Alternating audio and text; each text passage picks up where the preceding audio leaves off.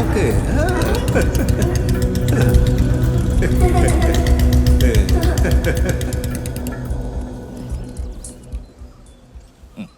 Shock പുതിയതല്ലേ? Crash guard പൊളിച്ചു. എടാ ഞാൻ കുറച്ച് ടെൻഷൻ അടിച്ചു പോയി. നീ പറഞ്ഞ സമയത്ത് വണ്ടി തരണ്ടേ? ഇപ്പൊ കിട്ടിയില്ലേ? അത് വിട്ടേക്ക്. ഇതാ എന്തെങ്കിലും കുറക്കാനുണ്ടോ? കുറയ്ക്കാനൊന്നുമില്ല, പറഞ്ഞു തന്നാ മതി.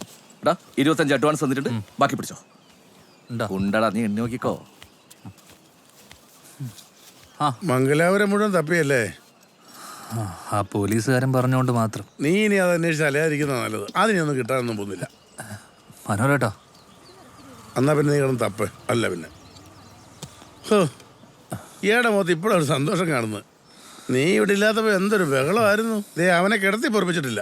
പലപ്പോഴും അവൻ എന്റെ ചെറിയ കീഴില്ല അഭയം പ്രാവശ്യമുണ്ടിരുന്നേ. അല്ലേ ക്രിയേഷ്?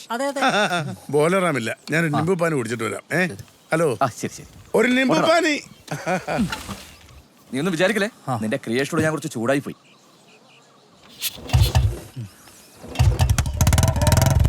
ശശിയേട്ടാ സുഖല്ലേ?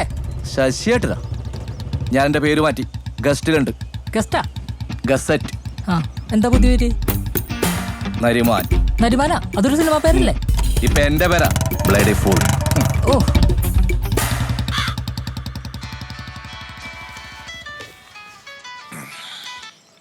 ഹലോ. ഗ്യാസ് കുറ്റി തീർന്നോ? എടി, 1 മാസം മുമ്പ് എടി നിറച്ചങ്ങോട്ട് തന്നത്. നീ എന്താ ഗ്യാസ് കുടിക്കുകയാണോ?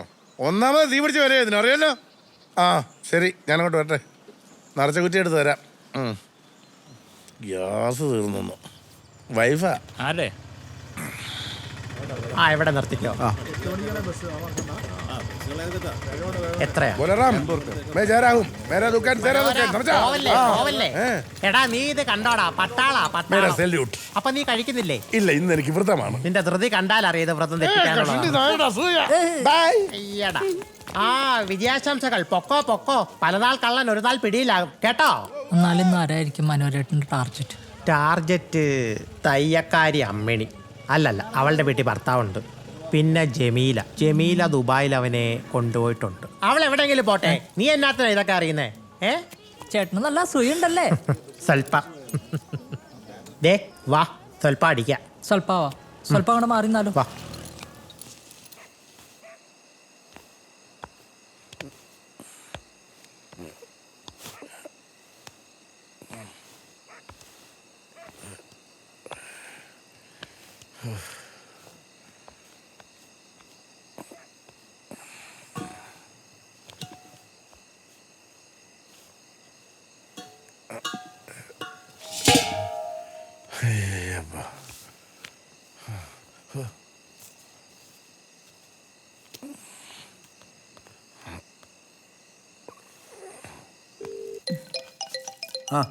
മഡോണ, ദേ മനോഹരനാ. ഓ, അയാളൊരു ഞരമ്പ് രോഗിയാ. എടുക്കണ്ട, അയാളുടെ ഉദ്ദേശം വേറെയാ. വൃത്തിയേട്ടവൻ. പിന്നെ നീ ഇതൊക്കെ അറിഞ്ഞോണ്ട് പിന്നെ എന്തിനാ ഇങ്ങനെ? അത്യാവശ്യമുള്ള എല്ലാ പണിയും ഞാൻ അയാളെ കൊണ്ട് തന്നെ ചെയ്യിപ്പിക്കുന്നത്. ഈ വൃത്തിയിട്ടവനല്ലാണ്ട് നിനക്ക് നാട്ടിൽ വേറെ ആരും കിട്ടിയില്ലേ? വേണ്ടേ? എങ്കിൽ നിങ്ങൾ തന്നെ ഇവിടെ നിൽക്കി. മലേഷ്യ എന്നും പറഞ്ഞ് വല്ലോടത്തും ചെന്ന് കിടന്നാല് ഈ കൊച്ചിനെ കൊണ്ട് ഞാൻ ഒറ്റയ്ക്ക് എന്തോ ചെയ്യും? ഇതുപോലുള്ള മണ്ടന്മാരുള്ളതുകൊണ്ടാ നമ്മൾ ഇവിടുത്തെ കാര്യങ്ങളൊക്കെ നടന്നു പോകുന്നത്. അതറിയോ?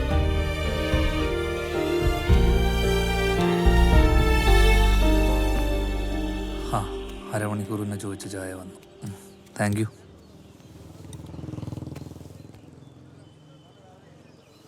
ഞാൻ ഈ സമയത്ത് വന്നത് ബുദ്ധിമുട്ടായോ? ഏയ്, ഇന്ന് പ്രത്യേകിച്ച് പണിയൊന്നും ഇല്ലാതിരിക്കുക, വണ്ടിയും ഇല്ല. എന്താ പറ്റിയ? പേഴ്സണലാ. താൻ പറ. മമ്മി ഒരുപാട് കഷ്ടപ്പെട്ടിട്ടാ എന്നെ വളർത്തിയതും പഠിപ്പിച്ചതും ഒക്കെ. എനിക്കൊരു ജോലി കിട്ടിയപ്പോഴാണ് കുറച്ചെങ്കിലും ആശ്വാസമായത്. ഇപ്പോഴും എൻ്റെ കല്യാണം നടത്തി തരാനായിട്ട് കഷ്ടപ്പെടുക. പപ്പയാണെങ്കിൽ ഒരു സപ്പോർട്ടും ഇല്ല. അപ്പം ഞാനൊരു കണ്ടീഷൻ വെച്ചു. പപ്പയും അമ്മയും ഒന്നിക്കുവാണെന്നുണ്ടെങ്കിൽ മാത്രം. ഇല്ലെങ്കിൽ ഞാൻ ഈ കല്യാണത്തിന് സമ്മതിക്കില്ല.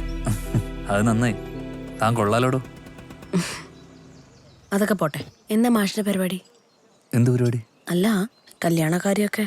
അതിന് നാട്ടിൽ അതിനെ പറ്റിയ പെണ്ണ് കിട്ടണ്ടേ? പെണ്ണിനിപ്പം എന്താ കുറവ്? അതൊക്കെ ഉണ്ട്. പിന്നെ മാഷ് ചുറ്റും നോക്കാത്തോണ്ടാ.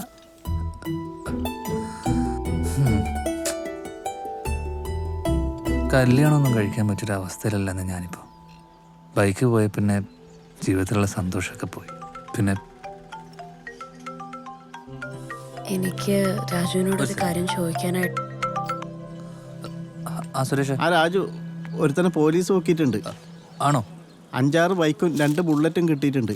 നീ പെട്ടെന്ന് അങ്ങോട്ട് വാ, ഞാൻ സ്റ്റേഷനിലേക്ക് പോയെന്ന്. ഓക്കെ. അതെ, അവിടെ പോലീസുകാർ കുറച്ച് ബൈക്ക് പിടിച്ചു വെച്ചിട്ടുണ്ട്. ചിലപ്പോൾ അതിൽ എൻ്റെ വണ്ടി ഉണ്ടാവും. ഞാനൊന്ന് പോയി നോക്കിയിട്ട് വരാം. പോയിട്ട് വരാം.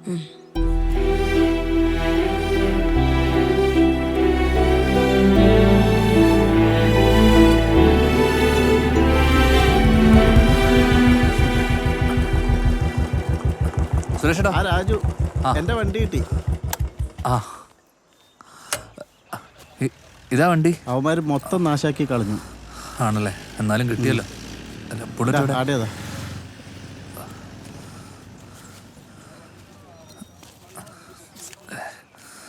ഇതല്ല അല്ലേ? അല്ലപ്പാ. സുരേഷേ, സാർ, നിന്റെ സാറ് വിളിക്കുന്നുണ്ട്. ഒന്ന് വേഗം വാടോ, വണ്ടി കിട്ടിയതിന് ചെലവ് ചെയ്യണം കേട്ടോ. ഹലോ രാജു, ഞാൻ കട്ടപ്പനയിൽ നിന്ന് ജോർജാ. ആ ജോർജേട്ടാ. നമ്മുടെ വർക്കിച്ചായൻ പോയടാ. നിന്നെ ഞാൻ ഒരുപാട് വിളിച്ചു, പക്ഷേ കിട്ടിയില്ല. ഇന്നലെയായിരുന്നു അടക്കം. ജോർജേട്ടാ.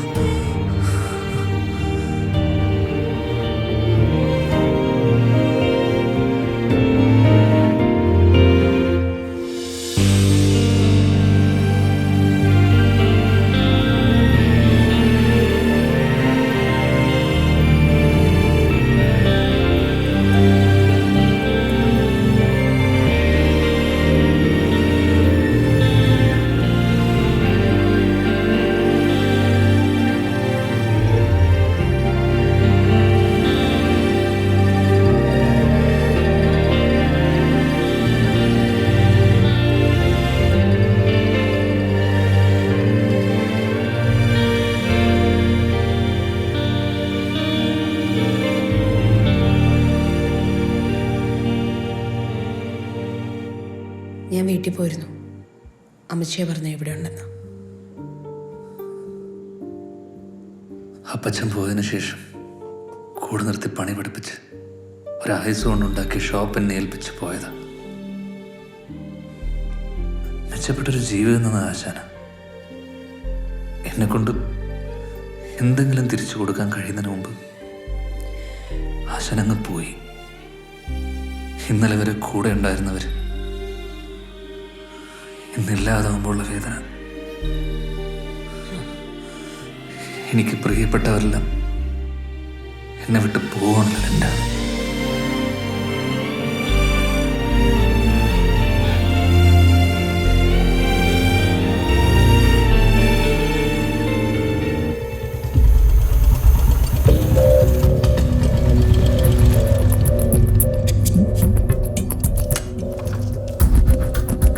എന്താ ഇവിടെ ബൈക്ക് മോഡിഫൈ ചെയ്യാറുണ്ടോ?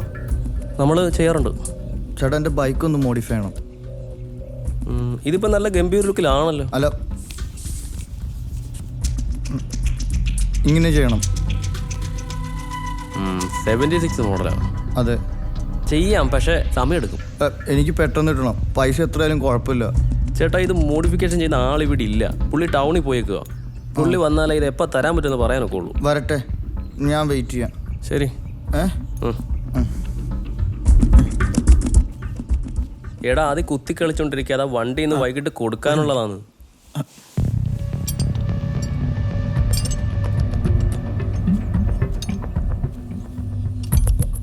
മഹേന്ദ്രേട്ടാ, ഈ വണ്ടി അടിച്ചു മാറ്റിയതാ. നമ്പർ നോക്കിയേ.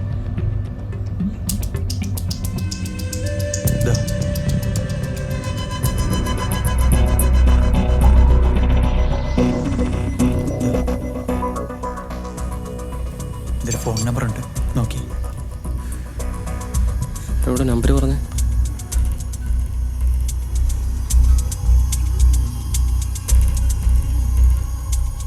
നമ്മൾ വിചാരിക്കുന്ന പോലെയോ ചിന്തിക്കുന്ന പോലെയോ ഒന്നും അല്ലല്ലോ കാര്യങ്ങൾ നടക്കുന്നത്. രാജു ഇങ്ങനെ സങ്കടപ്പെടുന്ന കണ്ട് അമ്മച്ചി ആകെ വിഷമത്തില. കഴിഞ്ഞത് കഴിഞ്ഞു. വിട്ടുപോയവർക്ക് വേണ്ടി പ്രാർത്ഥിക്കാനല്ലേ നമുക്ക് പറ്റൂ. സമാധാനിക്ക്. എന്ത് സമാധാനം? ഞാനിതിനിടെ പപ്പയോട് ഒരു കാര്യം പറഞ്ഞിരുന്നു. എൻ്റെ ഇഷ്ടവും തീരുമാനമൊക്കെ തുറന്നു പറഞ്ഞു. ഹലോ, രാജു ജോസഫ് അല്ലേ? അതെ. നിങ്ങളുടെ വണ്ടി മിസ്സിംഗ് ആണോ? ആ ഞാൻ ഈ കുടിയാമല ശക്തി വർക്ക്ഷോപ്പിൽ നിന്ന് വിളിക്കുക. നിങ്ങളുടെ വണ്ടി ഇവിടെ വന്നിട്ടുണ്ട്. ആണോ? പെട്ടെന്ന് വന്ന ആളെ കൈയോടെ പിടിക്കാം. അവനെ വിടരുതേ, ഞാനിതാ വരുന്നു. വരുന്നുണ്ടാ പോര്.